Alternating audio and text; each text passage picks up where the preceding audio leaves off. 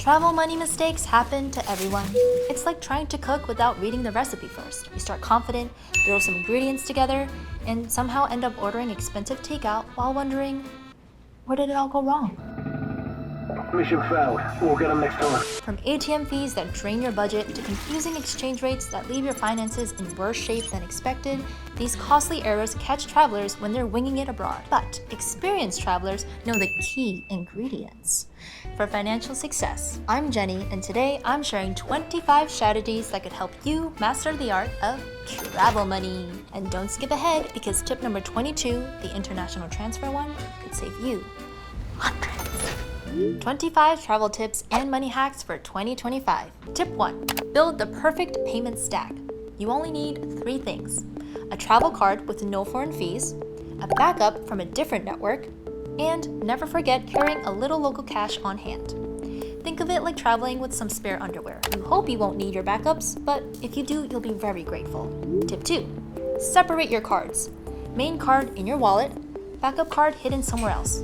Hotel safe, luggage, even your shoe if you're desperate. One theft shouldn't just wipe you out. Tip 3. Visa and MasterCard are widely used. Amex can sometimes feel like showing up to a nightclub with the wrong dress code. Get you in sometimes, but not everywhere. Visa and MasterCard, they're on the guest list in about every country. Tip 4. Beat dynamic currency conversion. USD? That's cute. Euro, please. Always decline dynamic currency conversion, or DCC.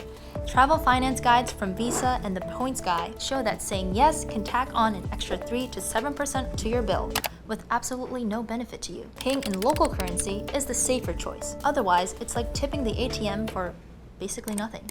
Which leads us to our next tip. Tip 5. Spot DCC red flags. These can be round number exchange rates, ATMs asking home currency, or merchants, helpfully, charging in dollars. If you see it, hit cancel. Tip 6. Choose the right ATM. Here's a classic mistake. A bad traveler lands in Rome, sees the first flashy airport ATM, sticks their card in immediately. Fee, $12. On top of that, the exchange rate is terrible. A good traveler waits until they're downtown, walks into a branch of a major local bank, and uses the ATM inside.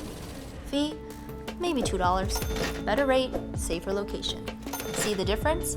Same withdrawal, totally different outcome. Airport and hotel ATMs can be traps for tourists. Always look for bank-owned ATMs inside actual branches. They're cheaper, more secure, and less likely to scam you. If you remember absolutely nothing else, airport ATMs are for desperate circumstances. Bank ATMs are for smart travelers.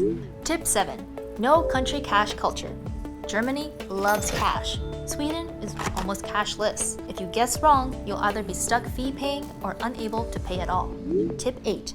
Lock exchange rates before you fly. Here's an example. Imagine you're heading to Japan and you need about 50,000 yen for your trip. If you exchange money at the airport, that might cost you around $350 at a terrible rate. But if you use your bank's app and lock in the exchange rate a few days before, you might save about $45 right off the bat.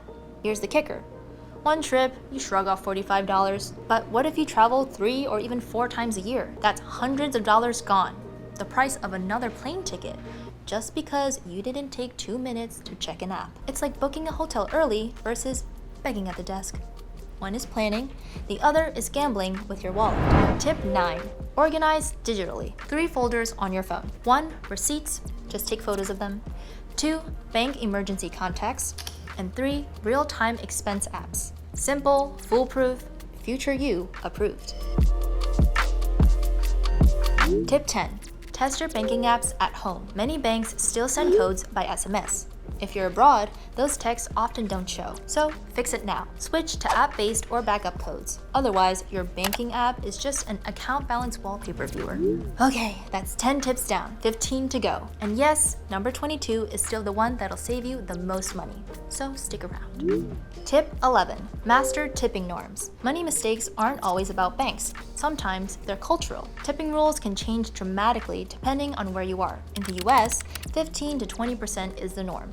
In much of Europe, 5 to 10%, or just rounding up, is standard. In parts of Asia, tipping may not be expected and can even feel out of place. And in Australia or New Zealand, service charges are usually included, so tipping isn't even a thing. Now these are just general travel norms. Always check local customs before you go. But here's the fun part. Tipping wrong isn't just about losing money.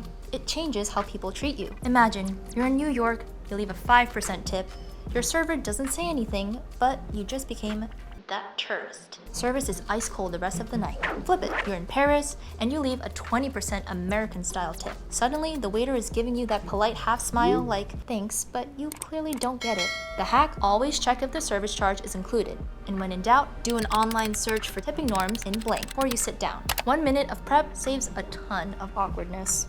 Tip number 12, budget by destination. $100 a day is luxury in Thailand, but the same amount gets you maybe lunch in Switzerland? Adjust to the country, not to your habits. Tip number 13, use digital envelopes. Transfer your daily budget to a sub card, so when it's gone, it's gone. Stops the, I'm on vacation, let me treat myself spiral. Tip number 14, think in local currency first. The fastest way to blow your budget abroad is constantly converting prices back to dollars. Instead, start thinking in local currency from day one. Once you stop doing mental math, you'll actually feel what's cheap and what's expensive based on where you are. Tip number 25 expands on this with a practical hack you can use to make doing this a breeze. Tip number 15, lost card emergency playbook. Picture this, you're in a hotel room abroad and suddenly, your card's gone. Don't panic, you're not stuck. And no, you won't be washing dishes in a Paris cafe until the end of time. The real play, if your card goes missing while you're abroad, stay calm but act fast. Many networks offer emergency support 24/7 to report a lost or stolen card, block it, and arrange replacements or emergency cash. Visa, for example, can facilitate emergency cash disbursements within hours, and some institutions offer temporary digital cards right away. New physical cards can arrive within 1 to 3 business days, though timelines vary by bank and location. Policies differ, but the sooner you report your card missing, the faster help gets moving. Tip number 16, skip old school wires. Wires typically equal $25 to $50 in fees and awful rates. You're basically shredding your cash. Tip number 17, carry small bills. Big notes are useless for taxis and tips, so small bills equals smooth travel. Tip number 18, use airport lounges for emergencies. And I'm not talking about just free food. Many lounges let you call banks internationally for free. A lifesaver if your card dies mid-trip. Tip number 19, download offline maps. Because paying $30 in roaming just to find your hotel is the definition of preventable pain. Tip number 20, set account alerts. Notifications equals fraud detection. You can know when something is off. Tip number 21, learn local payment apps. In China, that's WeChat Pay. In Kenya, that's M-Pesa. If you don't learn them, you're the person holding up the line with cash while everyone else just taps their phone. Tip number 22, use modern transfer apps. Apps like Remitly let you lock rates, send to accounts, cash pickup or wallets, and track delivery, depending on where the money is being received. Imagine you're sending rent money abroad. Traditional wire transfers can take a long time.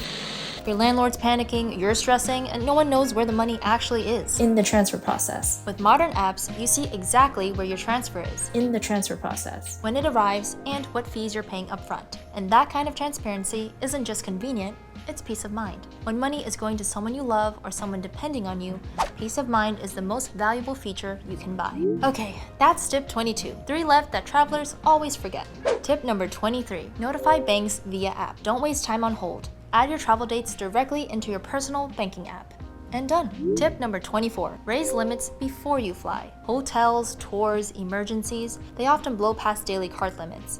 Raise them before you board the plane. And finally, tip number 25, the coffee test. Find out what a basic coffee costs locally.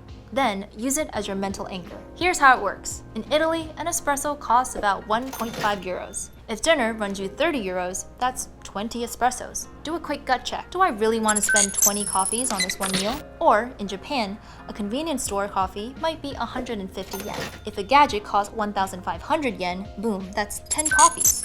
Is it worth it? It sounds silly, but it trains your brain to compare unfamiliar prices to something familiar. And suddenly, budgeting abroad stops being math homework and starts becoming instinct. The one insight that changes everything. Most people focus on saving during the trip, but the smart ones save before. The real hack, set up the right cards, limits, and apps at home. Then forget about fees while you actually enjoy your trip. People research restaurants for hours, then throw $50 at ATM fees. Don't be that traveler. Smart travel money management isn't about being cheap. It's about preparation. The difference between broke, stressed tourists and confident travelers? Systems. So build yours. Test it, and then sip that coffee in Paris knowing your money is working for you. Thanks for watching. If you found this video helpful, hit like and subscribe for more content that tackles topics that I think are worth discussing. Drop a comment with what you'd like to see next. I'm always up for covering something new.